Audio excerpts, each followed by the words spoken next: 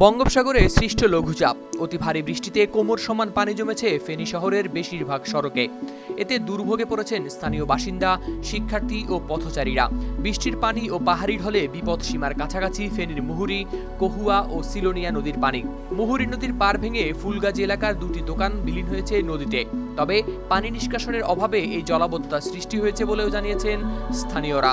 ফেনী শহরের college road, academy, কলাবাগান, হাসপাতাল মোড়, রামপুর শাহিন একাডেমি এলাকা, পাঠানবাড়ি, পেট্রোবাংলা, নাজির রোড, শহীদ শহীদুল্লাহ কায়সার সড়ক সহ বিভিন্ন এলাকায় বৃষ্টির কারণে জলাবদ্ধতা দেখা দিয়েছে।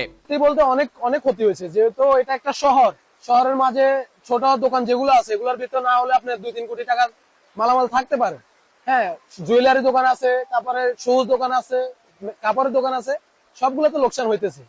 তারপরে বৃষ্টি ওখানে হইতেছে, বৃষ্টি থামলে তারপরে বোঝা যাবে যে পানিগুলো কি কমতেছে না বাড়তেছে। সড়কের কোথাও হাঁটু পানি, আবার কোথাও জমেছে কোমর সমান পানি।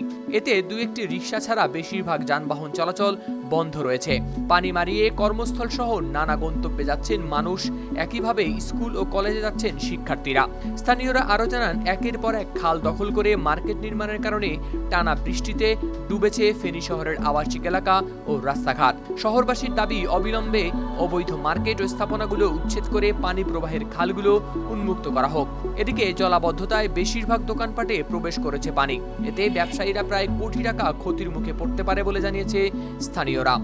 9 জুলাই বুধবার পানি উন্নয়ন বোর্ডের বন্যা পূর্বাভাস ও সতর্কীকরণ কেন্দ্র জানিয়েছে, আগামী একদিনে নদীগুলোর পানির সমতল স্থিতিশীল থাকতে পারে ও ফেনী জেলার বন্যা পরিস্থিতিও স্থিতিশীল থাকতে পারে, যা পরবর্তীতে হ্রাস পেয়ে বন্যা পরিস্থিতি উন্নতি লাভ করতে পারে।